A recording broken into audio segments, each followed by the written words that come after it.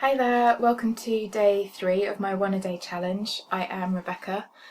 I set up this YouTube channel a few days ago, committing to posting 1 video a day every day for a year. And the following day, completely unexpected, I had a flashback to being sexually abused as a child by my father. Every day is just another day. I'm just doing what I can. I think I'm still in shock. I've still got this thing where I'm not smiling very easily. And more things have come up today, you know. I found a website which was kind of profiling, just describing qualities of adults, like the behaviours of adults who are sexually abusing children. And literally it's just like, it is my dad. If we'd summarised him and written a description of who he is, that's it. And so I think I'm going to talk about that tomorrow. There was something that felt like it was more important for me to talk about today. And this is, I'm almost like, it's interesting, my breathing and stuff are finding it quite difficult to breathe deeply. So I'm having like a bit of a disconnect with my body at the moment. Basically, just before I started recording this, I had a shower. When I was in the shower, I caught myself in the mirror and I was just like, oh my god, your body is disgusting. And I looked at myself in the mirror and was just like, you're disgusting, you're obese, how can you live with yourself like this? You've got to sort this out, you've got to go and do some exercise. And I just caught myself and I was just like, oh my god, what am I doing? So there's a couple of things here. Firstly, I think when we acknowledge something to ourselves, like of the scale and magnitude of what I'm acknowledging to myself now, it opens up a whole can of worms. And yes, I used to suffer from anorexia, and yes, I used to suffer from bulimia. And did I ever kind of like see therapy through with those? No. You know, I sort of, I guess, like went on my spiritual path and found ways to feel more complete in myself.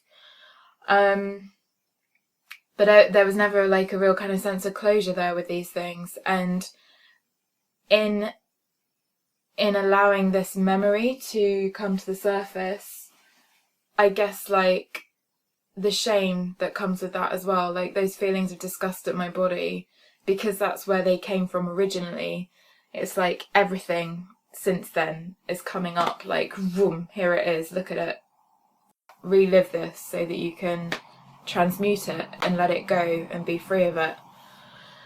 But yeah, it was just a shock to me, man. So like, I'm a UK size 12. I think that's like a size 8 or something in the United States. So I'm not overweight. I'm a bit wobbly. You know, I was talking about my little arm wobbles the other day. I have quite big boobs.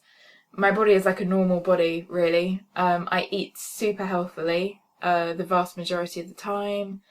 I am prone to binge eating, which is maybe why I haven't lost the weight that easily, but also I've just had this complete resistance to exercise because I haven't wanted to be present in my physical body. But I just want to talk about the shame. The shame and the disgust of, and this feeling of being like intrinsically bad. It's all tied up, you know. My whole life I've just taken too much responsibility for everything. Anytime anybody did anything, I'd almost like make it my job to feel their pain, to kind of like, you know, like taking empathy to the extreme almost, and the amount of anguish that it's caused me is ridiculous. And it's almost like there's a few things here. There's that I felt like I'm a bad person and I have to prove that I'm not constantly. Like, and if anything contradicts that, if anything means that I could be a bad person, like, you know, I'm rubbish at getting back to someone, this is one of my biggest things, then I take that on board and I'm like, oh my god, I'm such a terrible person, and I just beat myself and beat myself up and beat myself up. And I think like with the whole body image thing, it's interesting, like, you know, I've been battling with this for years and years, and it's like until you go to the real root cause of things, you just can't have a breakthrough with them.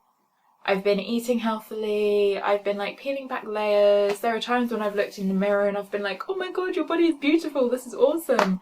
But it's all been temporary, and it's all been like putting a plaster on it, you know, because I've been dealing with it up here, and it's like, yeah, great, I can heal to a certain extent, but then I'm just going to go back down again. And now I've gone here, like right to the seed of the issue, and it's just made everything come out.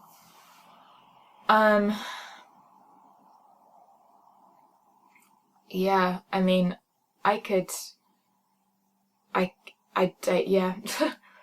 quite easily just, I haven't really been crying much today, I've just felt quite numb. But now I think, you know, the most honourable thing I can do, and the greatest thing I can do for my own healing, is to acknowledge these feelings of being disgusted with my body.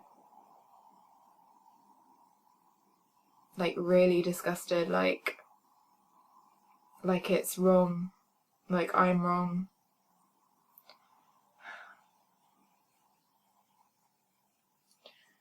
Like I just wish I didn't have a body. I've been saying this for years, and I thought it's because I know that I'm quite a high frequency soul, and I thought it was the difficulty of having incarnated into a physical body and the density of the earth plane. And you know, maybe that's an element of it. But there's also the fact that I had to leave my body to cope with the experience of being touched inappropriately by my dad. And so I did escape a lot. And it did leave me with this association, you know, like my body is disgusting. It's wrong, I feel. It's the core of it, the real core feeling is shame. I'm so ashamed. I don't know, you know, I haven't even felt what I felt during the experience, you know. I've had like the flashback. I can see it very clearly. I know that it happened. I can feel that it happened. And I can feel this energy coming from my dad. In terms of physically and sensations, what I experienced at the time, I've got no idea, because I saw that when I had the experience, I left my body. So I don't know, it's the shame. Like throughout my life, my dad, he was very manipulative, and I was always made to feel guilty for things, for everything. Even if there was nothing to feel guilty for, I felt guilty for it. It's just how he controlled me. But yeah, this thing with my body, I don't know. Like, it half terrifies me and it half really excites me, because I just see the opportunity of, you know, I've always been an optimist, and so it's like the opportunity of like, oh my god, what would it be like to really love my body, you know? Like, to really be excited to move, to really be excited to be fully present in it, to feel really connected with it, you know, and look at it with love, and not like this thing that is just by default something to be just so ashamed of because it's just so fundamentally wrong and bad. So I really, really get now why I was anorexic. I knew that things were hard at home with my parents getting divorced, but there was just this intrinsic shame there of having a body, and I think probably going through puberty made it even worse, you know. It's like you start becoming sexually active and you grow boobs, and you know, you get your periods and stuff, and it's all just things that happen with the body that are more evidence that it's bad and it's wrong. So that's where I'm at. One day at a time, one step at a time. I know that my friends and family are very worried about me at the moment, so I just want them all to know that I'm okay, but I'm not okay. I'm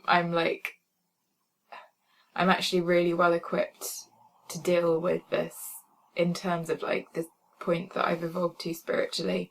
If I didn't have that level of detachment there to be able to take a step back and see a higher purpose to this would be a lot harder.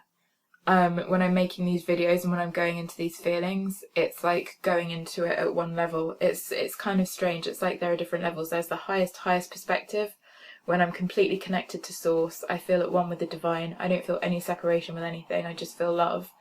And I can tune into that place, you know. And then I see this as being perfect, you know. I'm talking about the opportunities that I see in it. But then I would be doing a disservice to myself if I wasn't then coming down a few levels, down to the more human place, and honouring those feelings. You know, the feelings of the challenge of being in my body, and the feelings that I had as a child. You know, that part of me that lived that experience needs to be acknowledged, needs to be loved. So that's what I'm going to do. I've had some really beautiful messages from people and from healers who are offering to kind of like help me process some of this. So, you know, I'm going to see what happens with that as well. And especially if I find any of it really helpful, share, because, you know, anybody who's experienced something similar, if I can help them in any way, I just want to do that. So I think that's it. Thank you again for watching. Thank you for joining me, and I'll see you tomorrow. Thank you. Namaste.